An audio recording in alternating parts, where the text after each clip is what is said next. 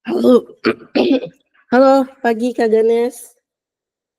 Ini kita nunggu Kak Sarah dulu ya. Oke, Kak Sarah udah join. Halo, halo Kak Sarah. Halo. Ih, PPT-nya udah ke revisi kan ya Kak? Udah harusnya. Coba bentar aku lihat. Mhm. Oke deh kalau gitu. Em, Yang belum tuh. Bentar. Aduh, bentar.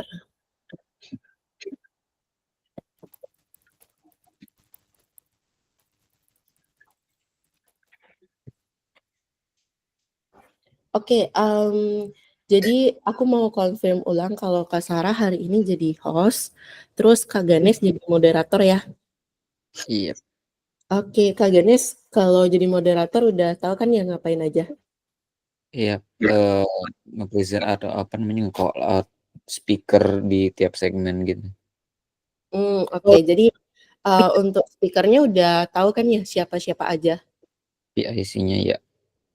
Oke, kalau inspirational speaker yang hostnya siapa? Kak Sarah kan ya?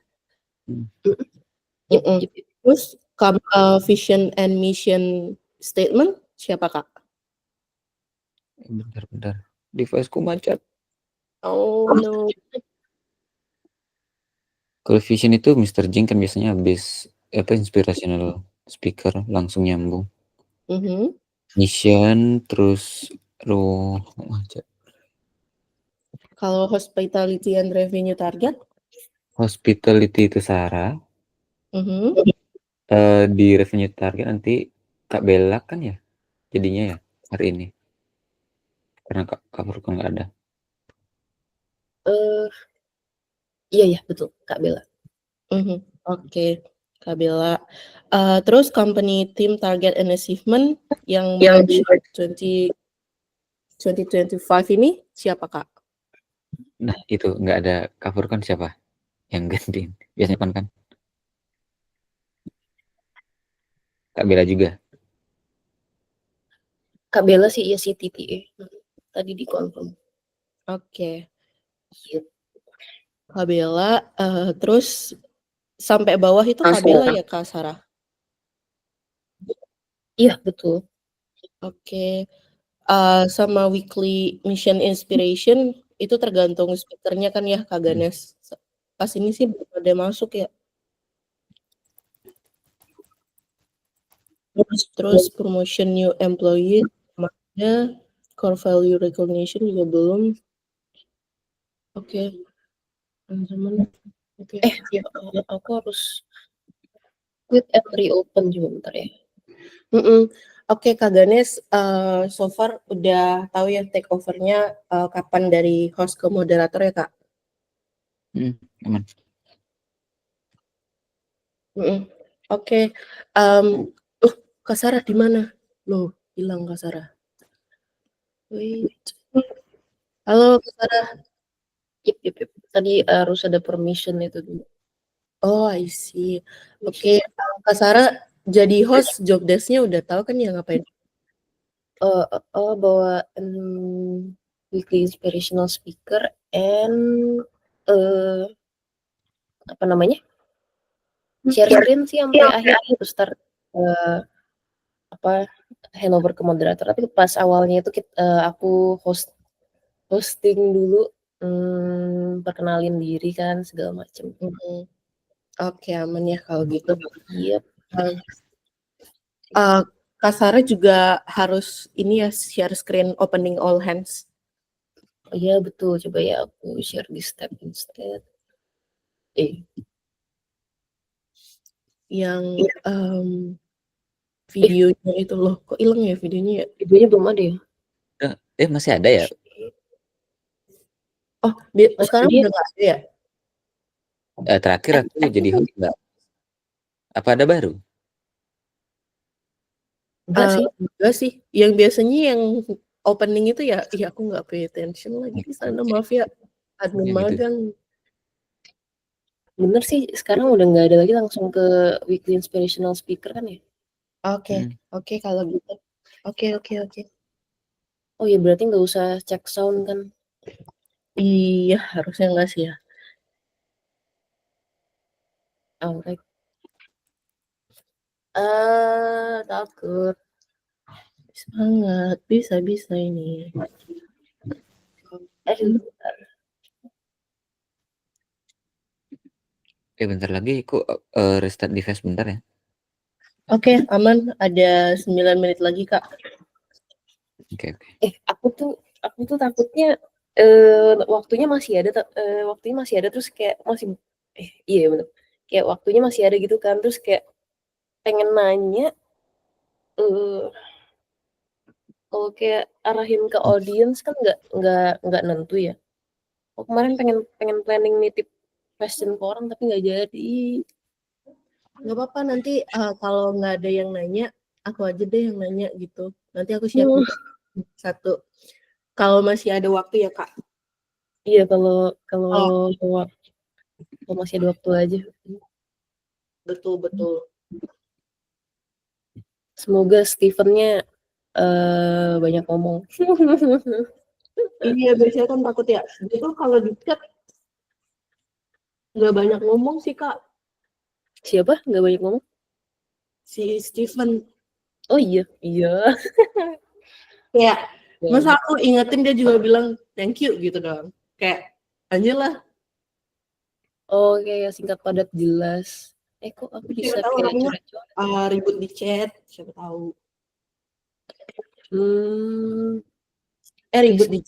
Ribut di in person gitu loh.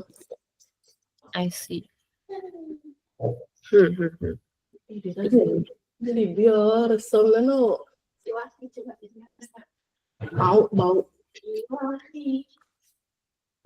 Orangnya dikit gak sih ntar yang join? Kan pada libur banyak.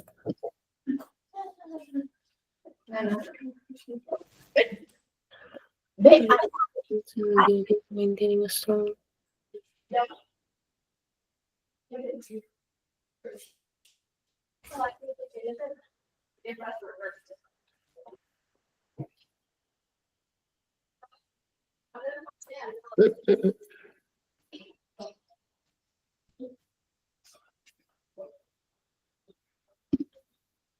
Wait, iya juga ya.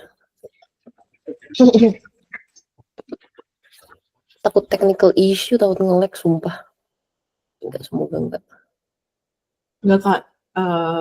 Enggak bakalan kayaknya. Soalnya ini aku udah nge-close beberapa tab sih, cuman kalau kayak literally apa namanya penuh gitu suka nge-lag. Ya bentar, pengen ketingin. Wifi-nya aman kan ya, Kak? Aman, aku pakai data, aku literally beli dulu tadi.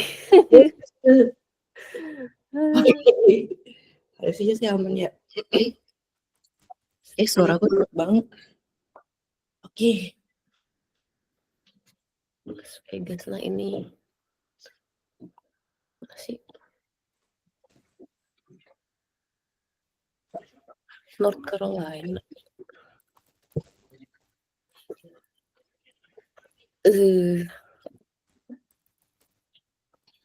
MC.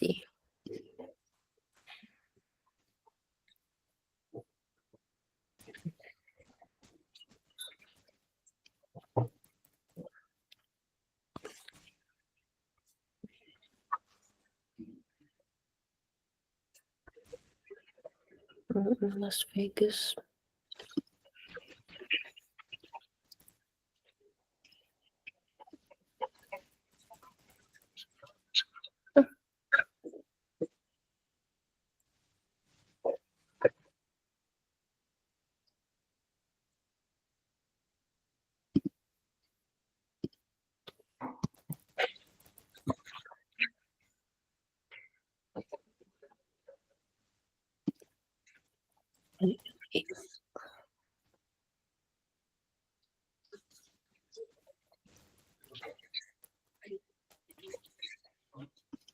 Tapi si speakernya ini temennya Mr. Jing gak sih?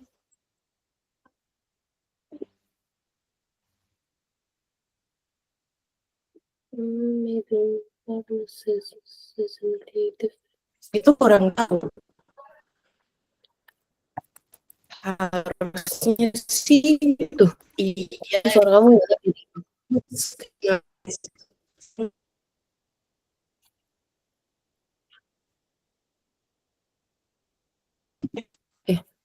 Ini aku yang nge-lag apa gimana ya?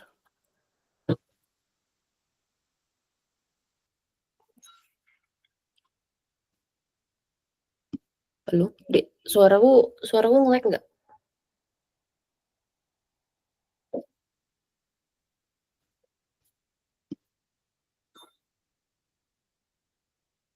Halo? Halo, masuk. Oke. Nah, Banyak ngeri banget banget tadi deh. nge-lag aku apa kamu? Aku yang like, Kak. Aku ganti wifi tadi. Gimana? Oh, oke. Like, aku ganti wifi. Oke, wait. Backgroundnya. Oke. Takut gak sih? Stop sharing Iya. this, oke. Ganes gimana? Udah 4 menit nih. Ih, lama banget Kak Ganes. Kak Ganes, lu jangan gitu. Mana dia?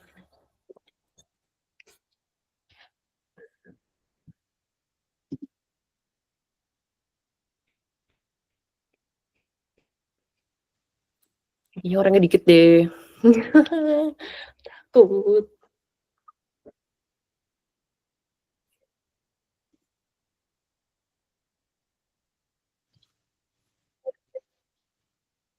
Loh, ada Bang Weda. Wih, on time sekali. Ya. Mantap. Welcome.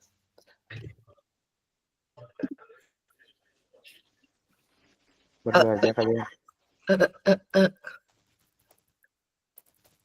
Takut banget dia kok nggak balas ya si Stephen ya. Ya udah, takut. Sumpah deg-degan. Oh my god.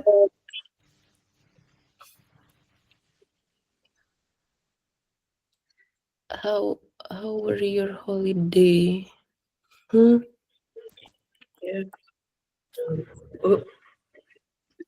Read AI banyak meeting notes-nya. Wayana Noteker.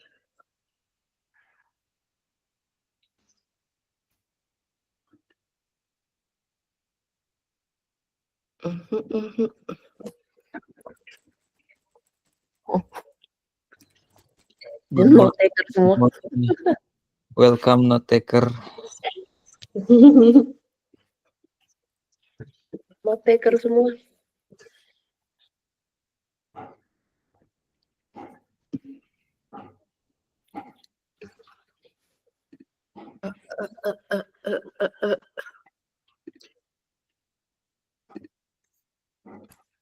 Bentar. 15, 10.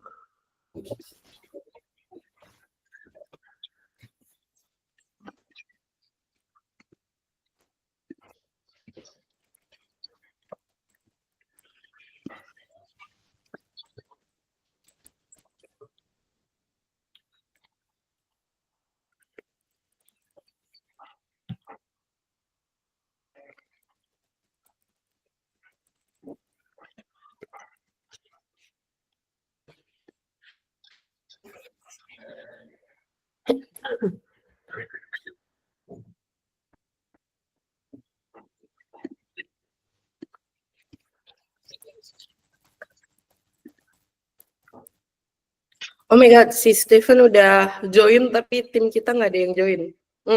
Bentar. Oh no. Diingetin dulu kali ya nih all hands dulu. Iya, Memang anjir. gitu orangnya. Aku ngebuka Slack lagi bentar. Gawat mau ngebuka Slack. Tapi kalau ada apa-apa ping aja ya. Misalkan kasaran nih nge-lag. Iya, nanti aku koordinasinya di ini ya. Di multiple chat-nya kita ya. Oke. Cool. Maaf ya guys. Jason, boleh siapa ya si host ya untuk nyapa-nyapa orang-orang yang baru join ya. Excuse me for a while. Oke, aman Jason, it's okay. Nggak boleh Jason. Ini note taker semua ya. Halo Restu, apa kabar? Halo Kak Sarah, baik-baik. Wes, nyepinya gimana? Step Sepi Kak. Yes, betul. Nyepi sepi. Doli di Jembrana. Ya. Halo Kak Wendy, morning. Apa kabar Kak? Morning, baik.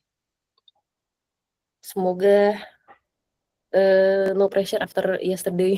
Gak apa-apa itu. No issue. Kita lupakan hari ini hari yang baru. Tadi Mr. Jim udah masuk, tapi nggak kelihatan nih. Aku takutnya gara-gara view-ku yang cuman 12 grid. Halo, Coffee di, how are you Kak? Baik Sarah, gimana kemarin operationsnya? Getar dikit. Getar dikit ya, agak getar dikit. Gara-gara satu orang doang sebenarnya kencana sih. Iya. Hai Kak Bella, how are you Kak? Gimana? Hai Sarah. Okay, Halo. so the inspirational speaker will be joining. Yeah. Okay.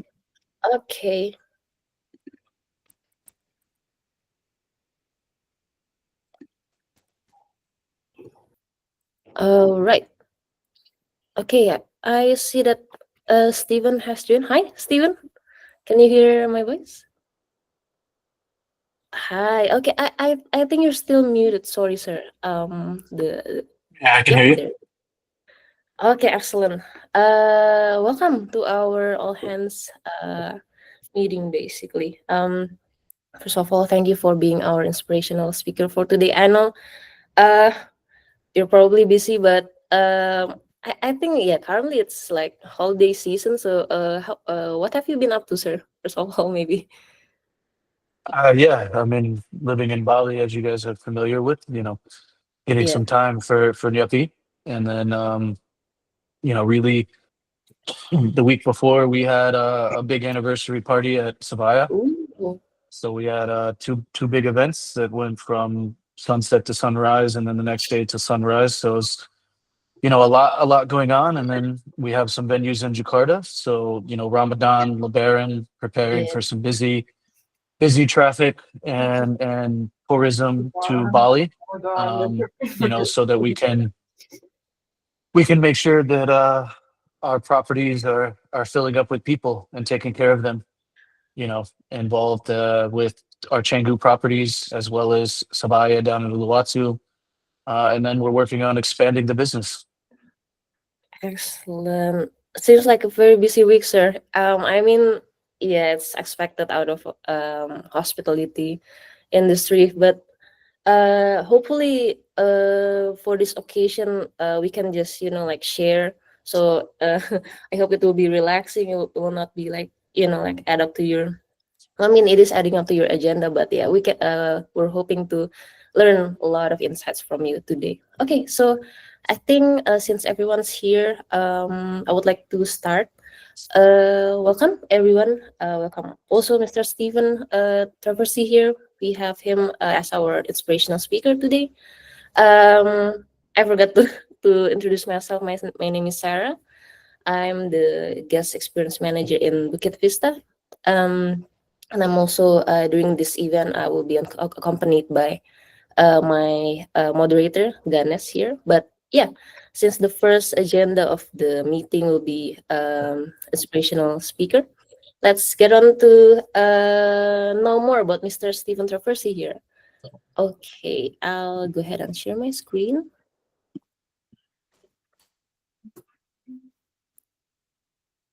Right, hopefully it's visible to everyone now. Okay, great.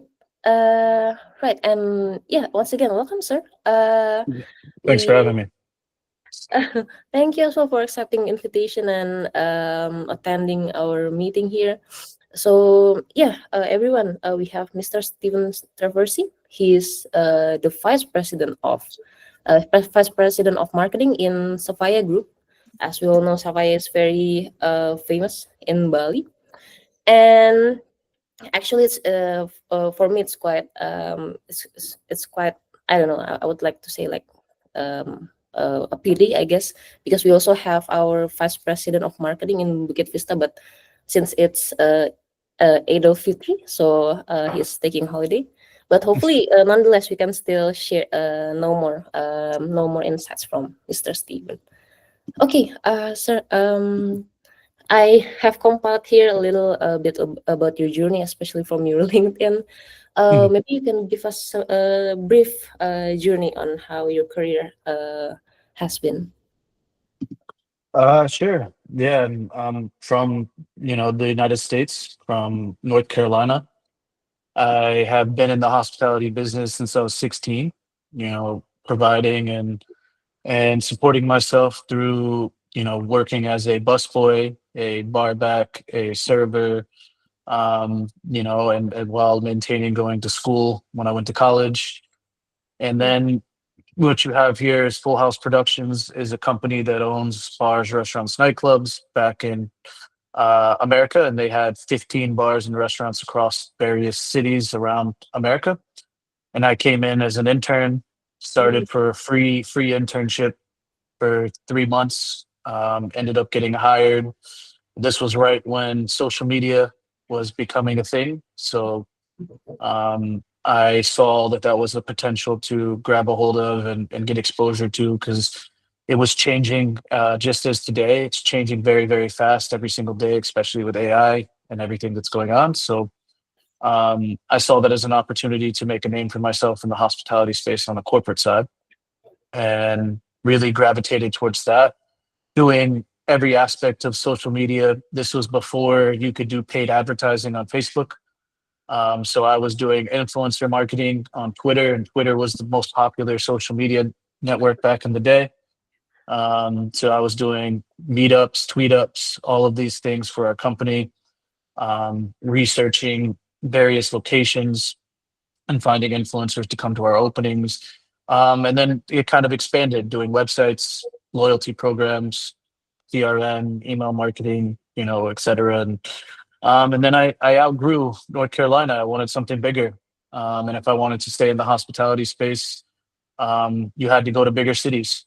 And I always wanted to work for bigger. I got exposed to some big cities. And so that led me to Las Vegas at Hakkasan Group, which is, funny enough, the same group that opened Omnia, which was the previous venue before Savaya. So I was a part of that company before, when they announced that they were doing a Bali project, which, kind of connects the dots with how I ended up in Bali once we get to this. But I worked in Vegas, and it goes from, Full House Productions. We did very local centric bars, restaurants. So it was 90% of the people were based in the community, 10% were tourists. And then you go to Vegas and it's the other way around, 90% tourists, 10% local. So you go from marketing with a very small budget to marketing with a very big budget, because you're marketing to the world. So you have to learn to market to casinos, to massive billboards, to other cities. So if you're in Vegas, you have to market to LA, you have to market to Miami, to New York, to the Asian countries as well, and make sure that you have a presence across the board on that. And so that was a big learning step for me on how do you take the previous company from a very small budget and then work with something with a very, very big budget. While I was there, I got recruited to oversee the marketing department for LA for another hospitality group, because they heard kind of some good feedback about me. So the president reached out to me, recruited me for an opportunity in LA. And that's when I went to become the director of marketing for SVE, which owns hotels, bars, restaurants, nightclubs as well. Went there, and that was my first experience really leading a full team, the PR, the marketing, the graphics and creative department. And then I was going to stay there, but funny enough, my old boss from Hakkasan Group quit to take over at Tao Group as the chief marketing officer. and he asked me to leave SVE to come work for him again, and I enjoyed working for him. And they were building in Hollywood, California, 150,000 square feet. It's basically one entire city block in Hollywood. They were building a hotel, a nightclub, a rooftop, a pizzeria, a restaurant, and another restaurant. And so it was from the start to finish. And I saw that as a unique opportunity to do something of that magnitude in Hollywood. And so I left SVE, went to Tao Group, and Tao Group was really a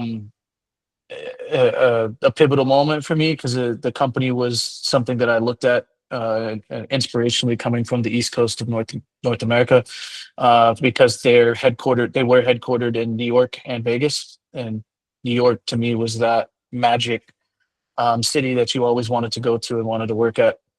So I got the opportunity to work at Tao Group, spent 2 years in LA opening that project, and we did really well at the time in LA. And so they asked me to go to Singapore and help open Lavo at Marina Bay Sands, Marquee at Marina Bay Sands. So I got exposure doing international, working in Singapore, and also learning my first exposure to the Asian market, and really understanding the differences in that, and culturally, and every aspect of that. So that was exciting and eye-opening to that. And then my role really encompassed, my responsibility was overseeing every aspect of the marketing. My job was, how do I bring people to the event, and then how do I package it up and show it to the world on how great it was, so that they have FOMO, and continue to build the community in tandem with that, creating great content, creating partnerships, and every aspect of that. And so then I kind of became this Swiss Army knife for the company, where I was able to move for them. And so they moved me to Las Vegas to work on a project that they were doing there. Spent some time in Las Vegas again. And then they asked me to go to New York City to oversee the department there. And this was about 6 months to a year after Tao Group was acquired by Madison Square Garden. So we went from a private company to a public company. So getting exposure to that. Madison Square Garden owns the New York Knicks, the New York Rangers. It's a professional basketball team, professional hockey team, as well as arenas. So they have one of the most famous arenas right now in the world, the MSG Sphere in Las Vegas, which is, a massive entertainment hub. But so I got the experience of, my office was at Madison Square Garden. I got to work there in New York. When they moved me there, that was kind of like my dream, to live and work in New York and go there. And I had to revitalize the department in tandem with the partnership team. We had 25 venues in New York City. So, it was a lot of properties to kind of oversee and work with the various team members. But it was a good challenge, and I had a lot of fun there. A great company. And then COVID hit. COVID hit, and that was, being in the hospitality space, when all the venues come to a close and close down. We had to lay off a lot of people on our team. We shrunk the team down to, a lot of aspects, but we had to be creative. We had to come up with ways to generate revenue online. So we threw a New Year's Eve event that was purely online during COVID, and raised, $300,000 from this online event, by packaging up, an experience that we would mail to people's house, that they can then join our live stream.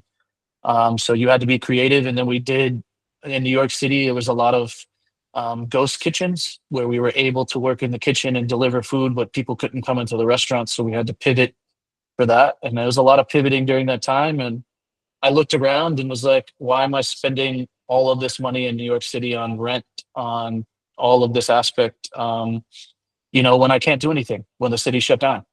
And I was kind of looking at where I wanted to be in my career, and what I wanted. And, I had done LA, I had done Vegas, I had done New York, and I was looking for something that had, from American standpoint, less taxes. So I was looking at like Miami, Dallas, some of these places. And I had a job opportunity in Miami to be a vice president, a couple of years ago. But my old boss, who was the vice president of marketing back in 2015 when I was at Haksan Group, took over. I saw him quarantining in Bali, hit him up and was like, what are you doing in Bali? And he mentioned that he took over Omnia, which is now Sabaya, and Hakkasan in Jakarta, which is now Chow Chow. And we reconnected, and he asked me to come out and kind of help him with what was going on with that. And I had never been to Bali. I had never been to Indonesia. Didn't really know much about it outside of what I've seen online and the Eat, Pray, Love movie. And was just basically decided to take a chance. America will always be there. Let me take a chance on this. If it works out, it works out. If it doesn't, it doesn't. Moved here at the latter half of COVID. Still, there was no international flights coming into Bali, and have been here since. And really enjoyed the culture. Really embraced the aspect of the people, and are excited for what we have in the pipeline of growing and the aspect of that. But my career has, through all of these aspects, marketing has been the consistent, but my role now has kind of shifted into I would say vice president of the company. So it's not just marketing, kind of getting my hands involved in every aspect of what's going on for the betterment of the group and how can we improve on every aspect that's going on, instead of really compartmentalizing it as you're just marketing or just creative or just that. I see. Okay, wow. I think that was very inspiring, sir. Especially I see that you're especially very ambitious with how like you mentioned, like you started in the hospitality industry from 16 years old, and then like you saw the opportunity of the growth of digital marketing of in the internet basically, and social media, and you took the chance, and now you're here. And very, I think I think like we should really like everyone here can learn that we can always look for those kind of like opportunities in life, especially, and not just settling in, right? Okay, thank you very much for that, sir. We would like to ask, we have some questions here that we would like to ask you, especially with how you said that you've been you've previously from the USA, and now you're here in Bali, and staying here. So what digital market trend or like strategy do you believe like Bali businesses in Bali should start paying attention to more right now from like your observation? Yeah, I mean, kind of touched on it when I was doing the introduction. An aspect is AI is the next social media. If you're not involved or getting experience and playing around with it now, you're going to get left behind on what's happening, because it's already changing the world, and it's only getting faster and faster. And if you're not playing around and using that every day and forcing yourself, it's going to fall behind. But at the same time, that also creates an opportunity of, everyone is on their phones, everyone is on the computer, everyone is on these things. That it also creates an opportunity for, creating, in person, real life community events. And you're seeing a gravitation towards that now, where there is a pool to go back to what, my childhood was, of like playing outside, having fun again, reconnecting with people. And you're seeing a lot of opportunities with that as well. So there's both sides of it. You can see the digital side of it, but you can also, if you're looking at, it's like anything, if there's a cause and effect, if something goes too far this way, something else is happening over here. So just make sure you're paying attention to both sides. I see. Yeah, totally agree, because like obviously some people like we're seeing that like a lot of people are leaning towards more of the internet now, and not anymore like face-to-face interactions. But because some people are still wants to like how it was back then. So yeah, there's both like markets there, right? It's a balance. It's a balance, right? Because in the hospitality space, it's how do you integrate AI without losing that customer and guest experience? So it's it's making sure that they can get those quick answers as much as possible, but also making sure that they have an easy out to talk to someone if that's what they're trying to do, or creating a hybrid approach that achieves both of that. For Sabaya, for example, we get 15,000 WhatsApp messages a month. So that's inquiries that are coming in a month just for one venue. And so we have to integrate and utilize strategies that allow people to get the answers they need, but also because we also sell, one of our tables for anniversary might be 300 million for one table. So how do we give a great guest experience to someone who's inquiring and looking to spend 300 million for one night at a venue? So it's a balance, and you have to look at that from all sides. Yep. As someone who's working with guests all the time, I totally do agree with that. If they're just looking for like someone to answer their question, you have AI there. But then like if things escalate and they would need someone like actual human to assist them, that should be also present. In the hospitality space, it's about anticipating the guest needs. So how do you give them the answers before they're going to have the things? And in being in the hospitality space, you should start to see trends on, okay, these last 30 people asked the same question. How can I build something in to alleviate that and answer that? Totally agree with that. It's always that's how successful people are, right? Like anticipating, so they get ahead, like 2 steps ahead. Yep, totally agree with that, sir. Okay. Successful success. The best thing I can say on that is the advice I give to my team is, if you bring a problem to me, come with 3 solutions. I see. Okay, Yeah. that's that's definitely can be applied. I like just to encourage the people as well to like step ahead, right? Okay. Thank you very much for that, sir. We have like another question. This should be the last. Okay. So I guess relating back to the brand, I guess we would like to know more about what's your perspective in brand identity. Like what would be the key elements in building and maintaining a strong distinctive brand identity from your experience in Safaya, which is a very like competitive destination in Bali. Yeah, so for us, for Savaya, our goal has never really been looking at the island as competition. For us to be successful and what we're trying to achieve is we are trying to build a brand that competes on a global level.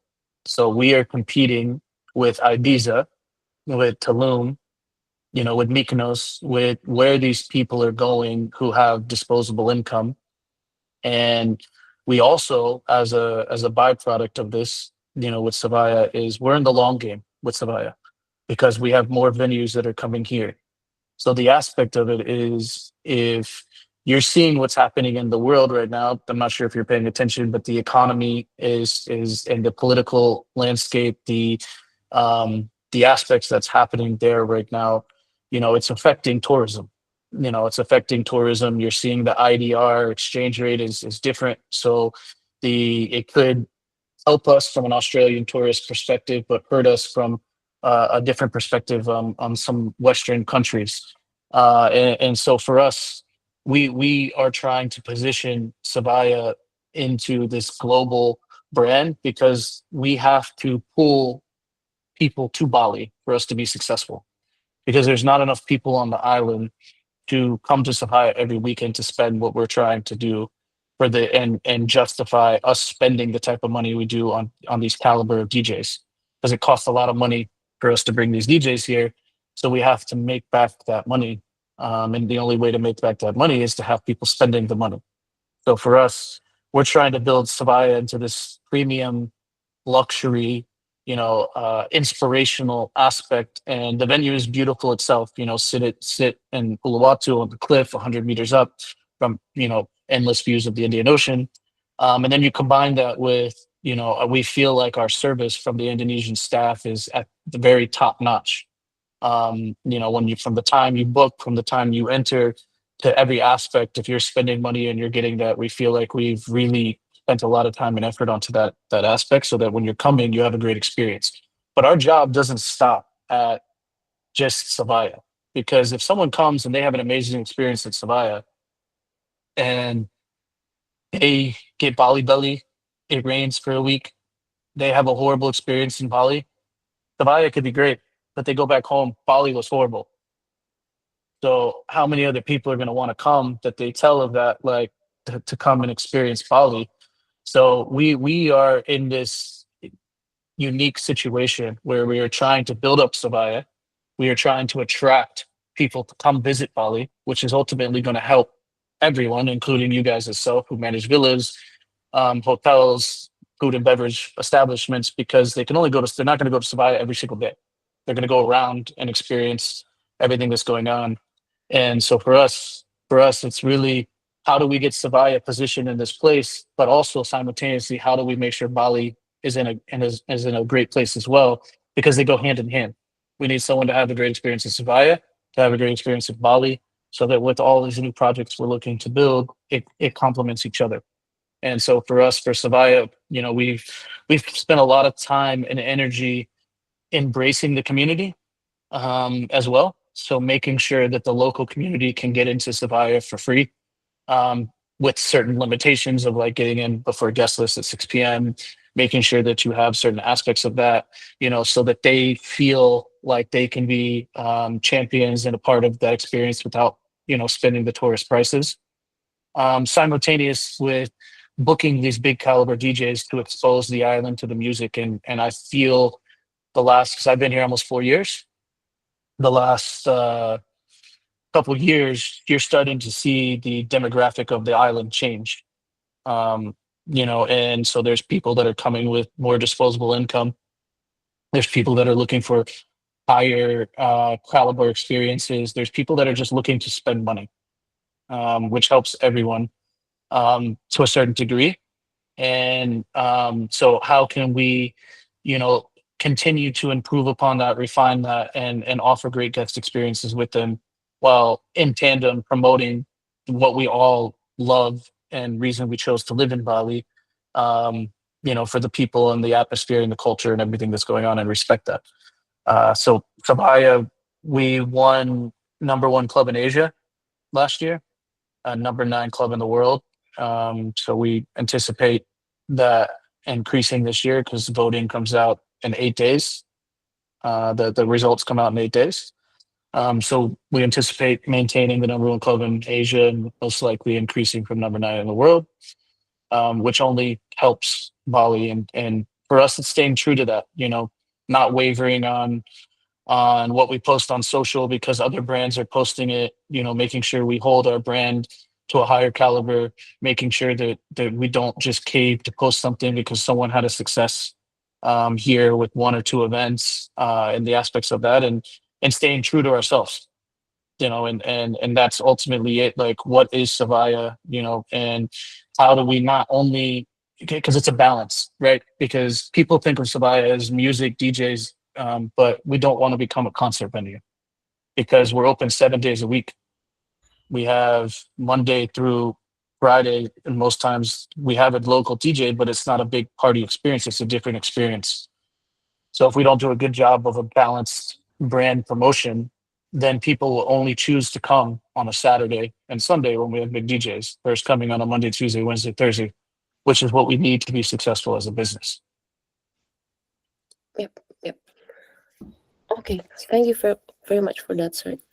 Yeah, what I take away from what you just explained, Sapphire is looking to be, especially like global, and also like, yeah, not just like one particular like distinctive thing, not just like you mentioned, like just DJ, so that only people coming in to just watch, or like on the weekends, but also like spread to the like other services that Sapphire has. Okay, thank you very much for that, sir. Yeah.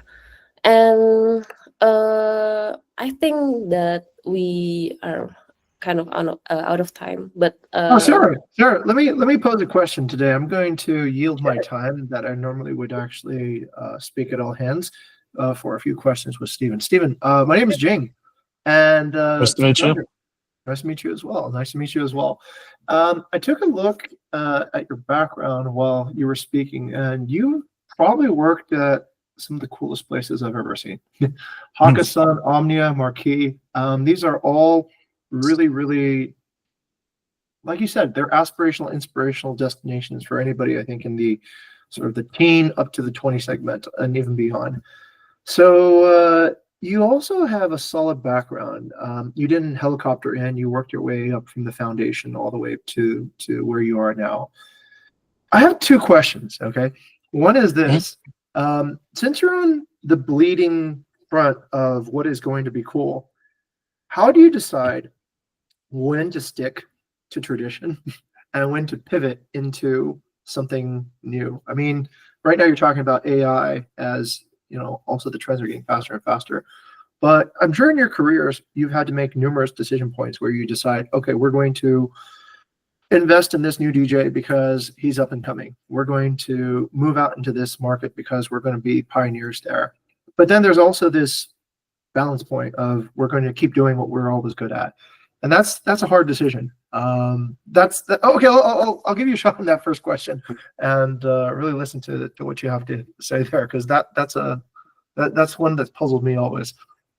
Yeah, I mean, look, ultimately, at the end of the day, as you hear it from very successful company leaders outside of the hospitality space that everyone knows, the Steve Jobs of the world, you know, hire smart people and surround yourself with them, you know. Yep. And you know, that's number one. First, you're like, how do you get yourself surrounded by smart people to help make informed decisions?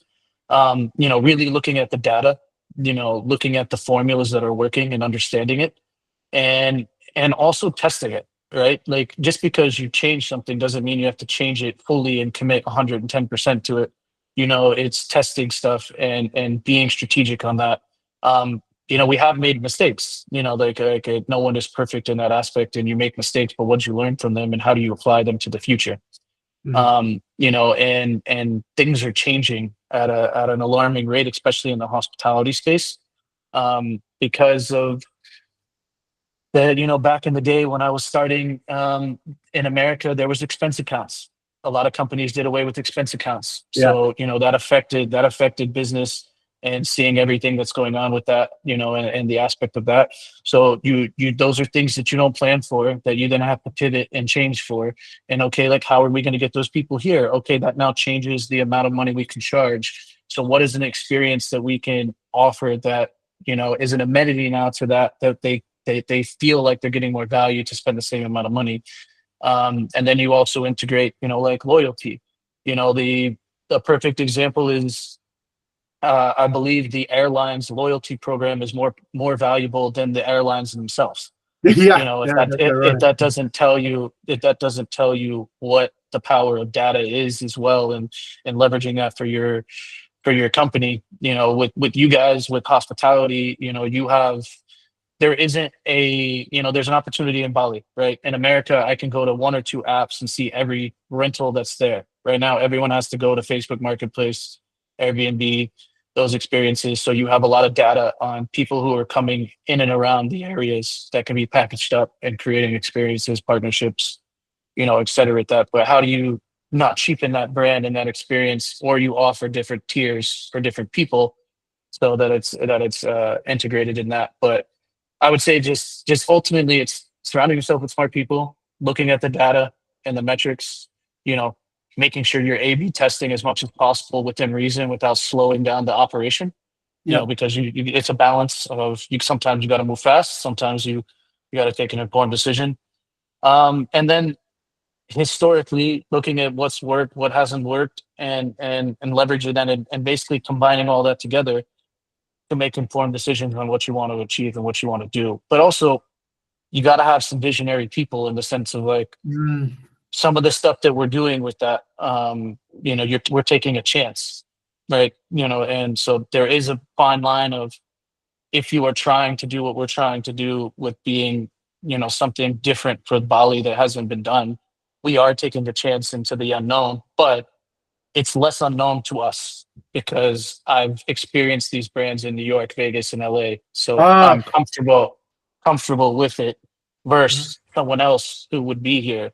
So from the outside looking in, it can be like, oh, they're taking a lot of chances on this. But the end side, it's like we have a lot of core people who have worked in those markets who can bring that experience together to create something together on that level. Calculated risks. Yeah. Yes, You know your correct. weaknesses. You know what you're going to get into. Okay. Yeah. That was actually the next thing, but since we don't have too much time, I was curious to see what you actually identify as.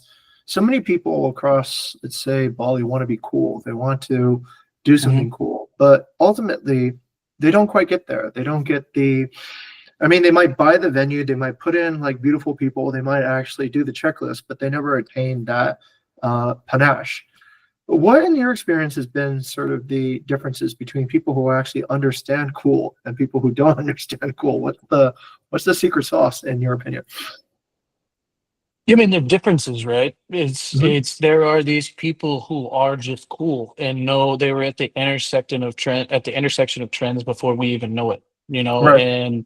and they might be the artists, the fashion forward people, the influencers, the content creators, but they might not have the best experience at running a business, looking at a P&L, understanding how to get the costs down, understanding that you got to cut staff here, you gotta trim the fat here, you can spend this much and this is your cap, because sometimes the looking cool overtakes the business side of things.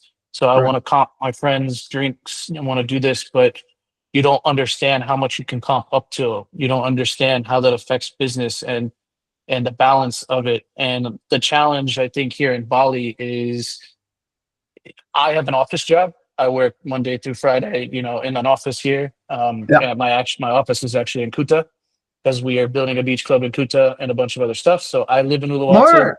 That's pretty smart. I live in Uluwatu. I live in Uluwatu because I love Uluwatu. It's funny enough, but the aspect of this is living here, you're always surrounded by people who are going to the beach, who are going to do yoga, are going to do something, and it takes very high self-discipline to not get caught up in that world. Correct. So if someone's starting that, you have to have, a balance and discipline and to see the long-term vision that I have to do these building blocks A, B, C, D, E to get to F. And if I skip these steps, some of these blocks can fall down. Yeah. And what happens is people here, they get excited, they might have a little bit of success, and they shift their focus. And there's a lot of businesses in Bali that are great owner operator places, but then when the owner goes on vacation, who's operating the place? Yeah. So you're building systems and defining that, and there are some challenges in the Asian market, especially in Bali, because there are limitations, right? Like the education that the people in Bali get is different than what people in the Western world get. So they're at a disadvantage on some degrees of that, and so sometimes it's how do you increase the amount of people and shrink the amount of tasks instead of giving them that so that they can ensure that they're executing it and then expand upon that. But funny enough, I last year I started villas as well. So I do three villas myself and have gotten the experience of the headaches that are attached with that and the aspects of need any help. Find smart people. But it's been fun though, because now I see a different side of it with the aspect of people coming to visit, seeing the struggles of what you guys go through. Oh yeah. Also the excitement of it, because it ultimately is hospitality at the end of the day. So if you give someone a great experience, it's rewarding down the line, not just the 5-star review, but every aspect of it. Yes. Agreed. Okay. Thank you very much, Stephen. Sorry I've taken a lot of time, but No, it's still everybody, good. yeah. This gentleman, Mr. Stephen, is, I think, the real deal. We have inspirational speakers every week, but it's very rare to see somebody who has attained such a global amount of achievement and also has really that deep wells of expertise and is truly authentic. Some people, they'll come as an inspirational speaker, but they'll say things that are just very surface level. I think you hit all the wells of wisdom here. So thank you very much for your time today and taking up, I think, twice as long as we normally have taken. And to our team, thank you for also your patience too as well. Normally we would be moving on to the next section. Okay, thank you, Stephen. Thanks, guys. Have a good one. Appreciate it. Thank you so much, Stephen. Yeah, Feel free to stay, but if you have other agenda, good luck with your day, sir. Thank you very much. Yes, I have to run to another meeting. Thank you, guys. Thank But you. if you guys have any questions or want to reach out or want to check out Savaya, feel free to reach out. Thank you very much. Will do. Okay. Yeah, I've even added for your you, I've added a even for your request bill, I with friends, guess. Stephen. Yeah. I hope we can Yeah, catch up okay. on that good. Okay. All right. Great. All right, have a good one. Bye. Thank you. Right.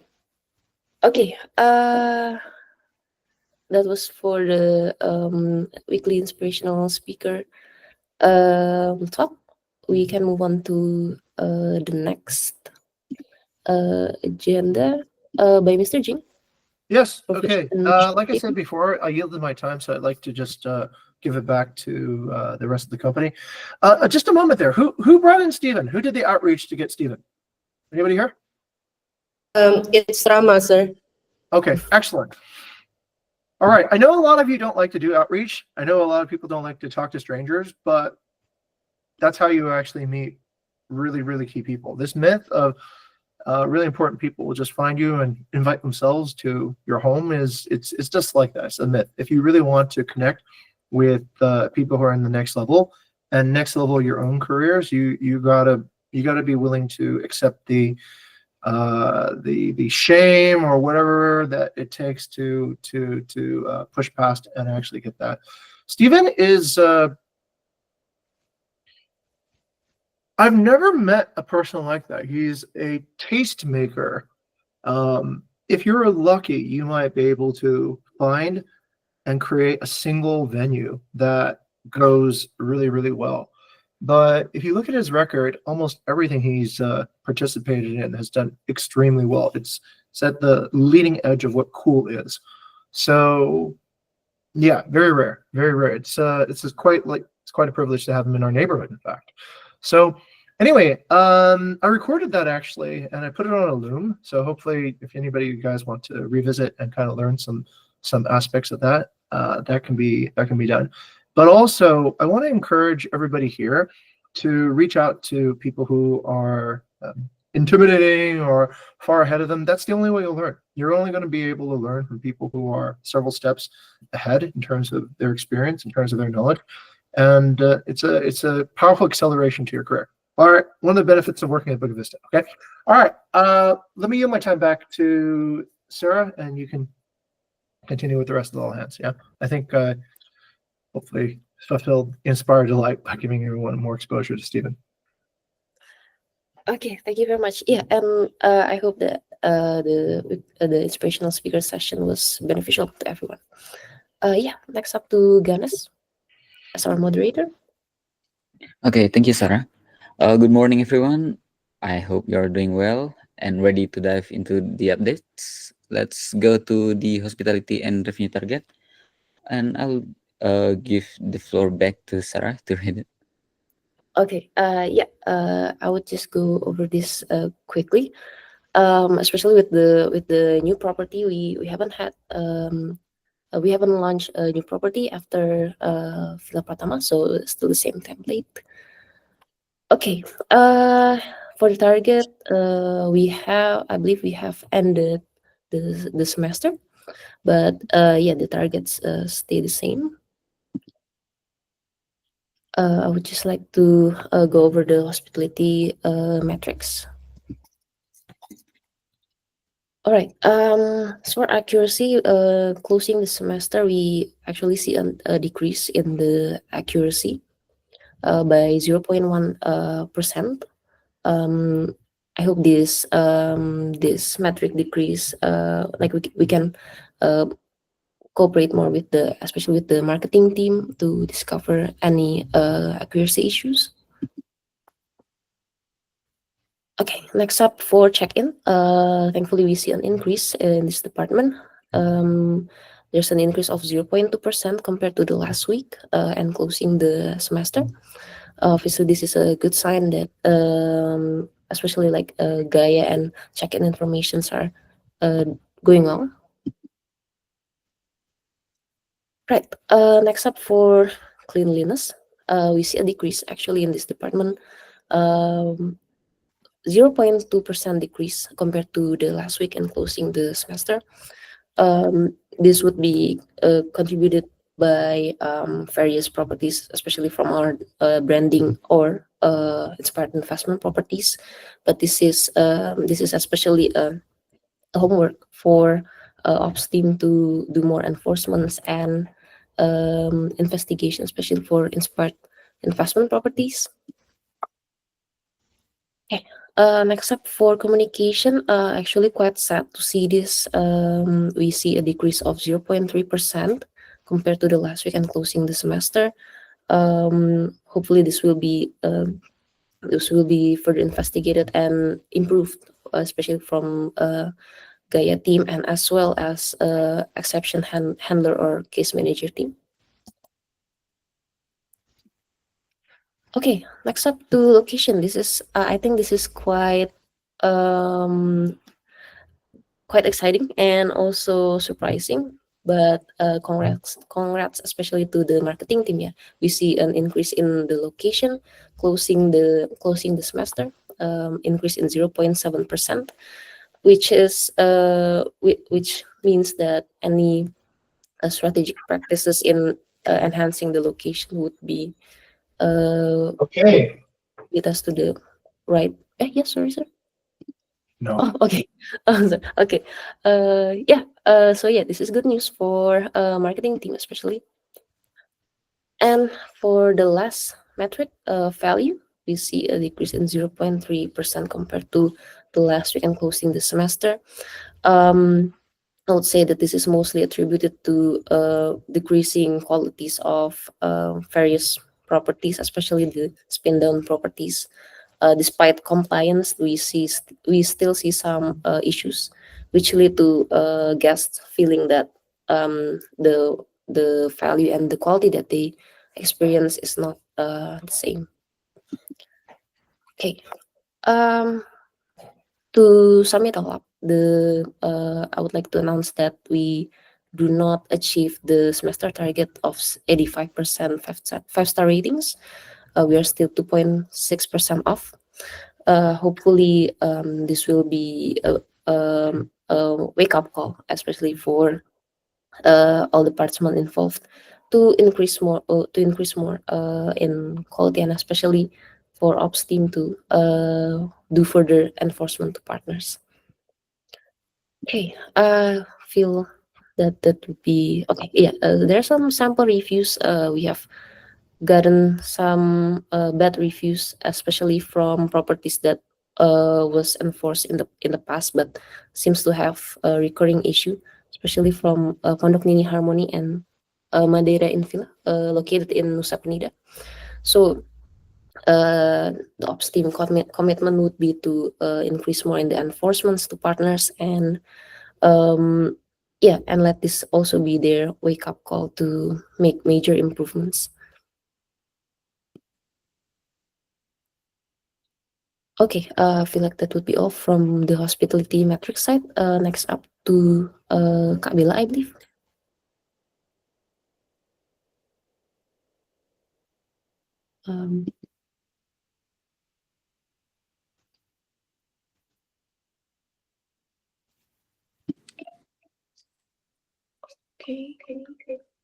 Okay. Can you hear my voice, Sarah? Sorry, bit trouble. I'll continue with the revenue target from this semester. Although it failed, we will see the progress. However, we still underachieve. Yeah. Yesterday were our last day. Around 2.6 million from the targeted around 3.5 million. We can next into the next slide, Sarah. Okay, from the partner churn, it seems that we still achieve our target if all properties were recorded, because there are also some last minute offboarding like affecting our AUM. But from these figures, we still achieve, which is around 340 from the targeted 370. Next to the next slides. Okay, I think that's from the presentations. We can go to the next sessions. Sarah, on the company time, target, and achievements.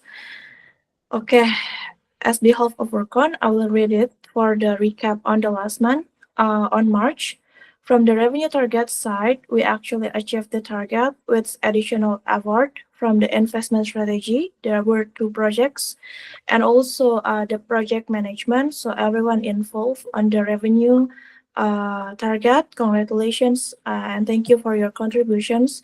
However, we not achieve our starting revenue for this month. It's quite short, around 94 point almost 5%, which is we failed to get some revenue or bonus boost, yeah, in this case.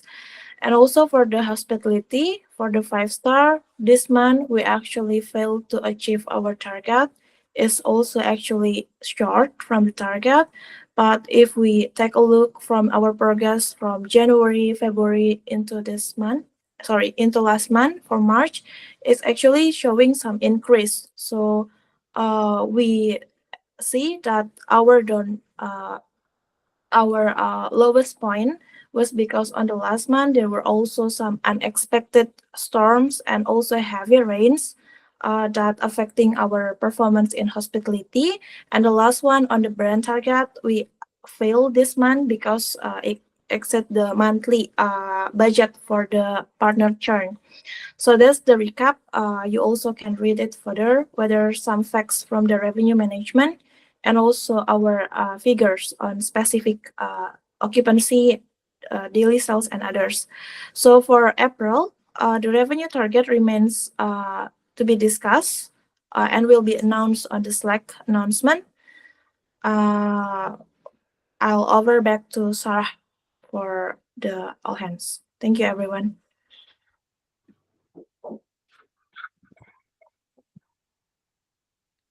Okay. Thank you, Kak Sarah and Kak Bella. Next, let's jump into weekly mission inspiration. There's one from the partner side, from Kak Marcel. The floor to Kak Marcel. Okay. Test, check. Can you hear me? Yeah. Okay. So yeah, we have concluded our housekeeper bounty program for March, resulted into 5 winners. First is Seashell Being Villas, 105-star from 29 total reviews. And then Plumeria Jineng, 100% 5-star from 14 total reviews. Villa Permana, 100% 5-star from 10 total reviews. Sishin San, 100% 5-star rating from 9 total reviews.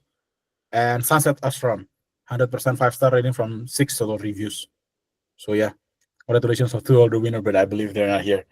We already sent the newsletter though. So yeah. Thank you. Back to you, Ganesh. Okay, thank you, Kak Marcel. Hey, let's go back to Marcel here. Marcel, what I'm going to do is I'm going to record a victory video on Loom, okay? So give me a second here. And if you guys work at Bukit Vista, this is your time to say thank you to some of the hardworking housekeepers that essentially are helping carry some of the weight for the work that they do.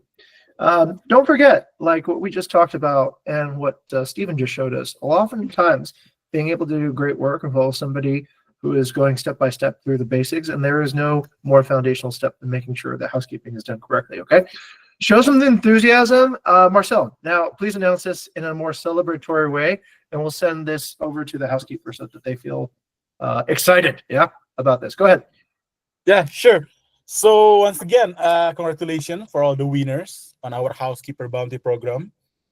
That is first property she shall begin villas. Yeah.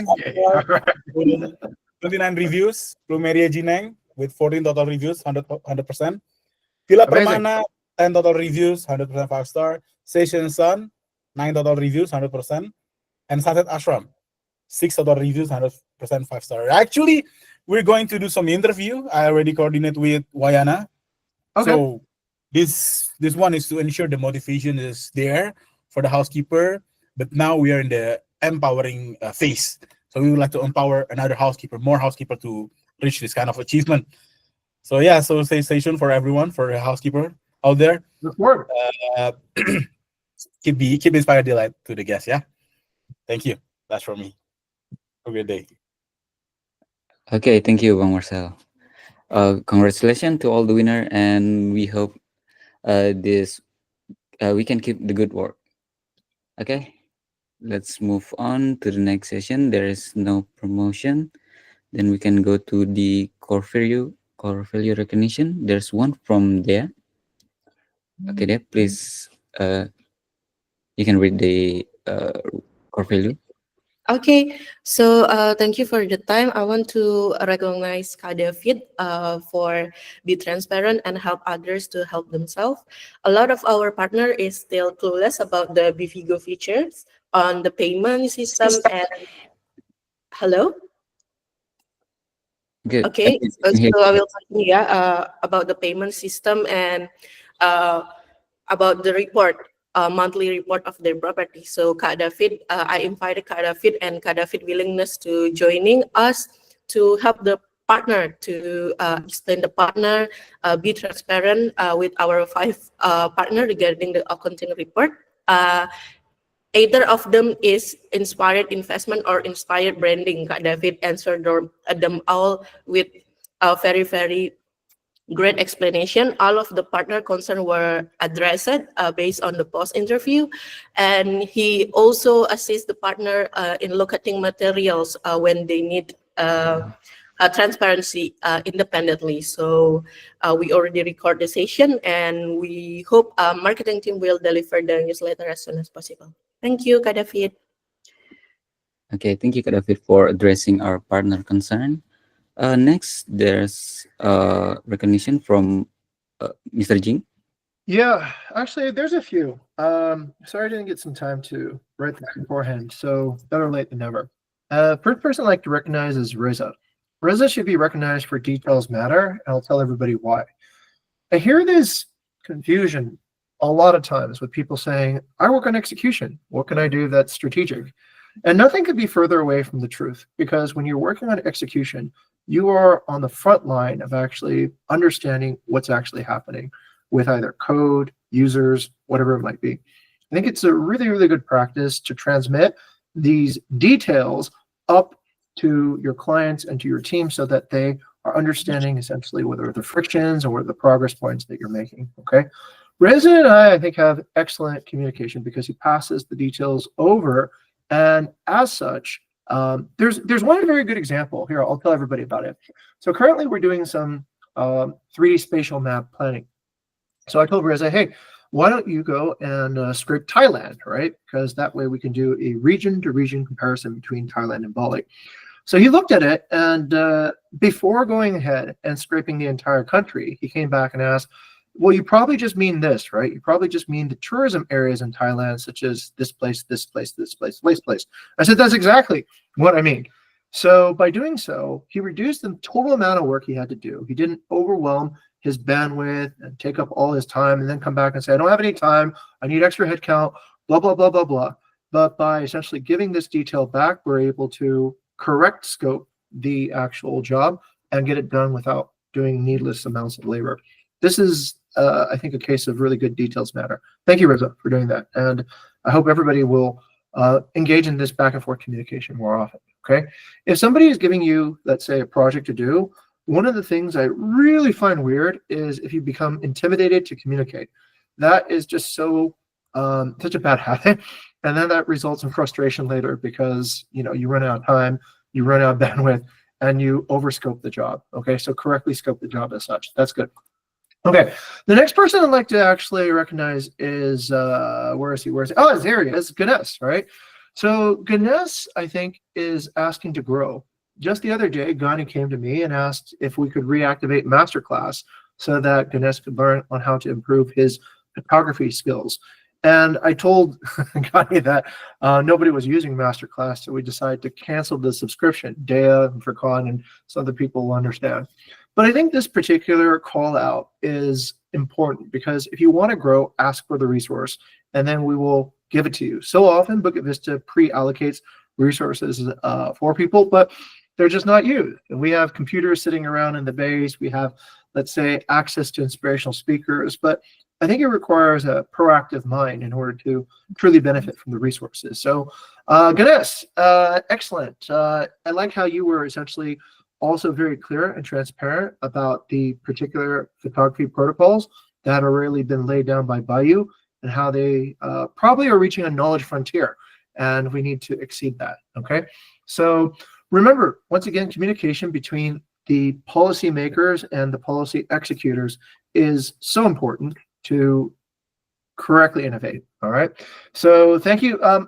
Ganesh, I'll write it up in detail after a while, but I do want to recognize you for that. Okay, that's excellent work there. Also, I want to just shout out to Gray. Gray, thank you for keeping the cheer going. Gray's energy and enthusiasm for reaching the revenue target is important. I think oftentimes we get into this kind of cynical mindset of, oh, we're in a hospitality company. Why is everything related to a revenue target? Why is everything about money? It's not just about money. I don't want to make it seem like, okay, we have, let's say, no other further mission than to achieve revenue.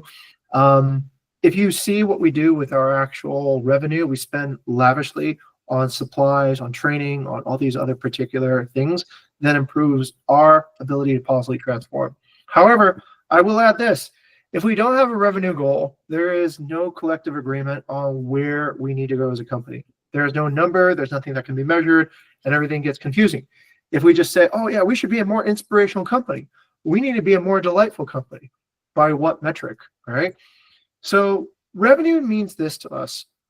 It means that we do not get seduced by vanity metrics. So many people, like Stephen just mentioned, they lose focus, using his words, on their journey towards success. They get caught up with trying to get more views, more likes, more whatever, and they forget that they started in a particular business with a goal and they got distracted along the way.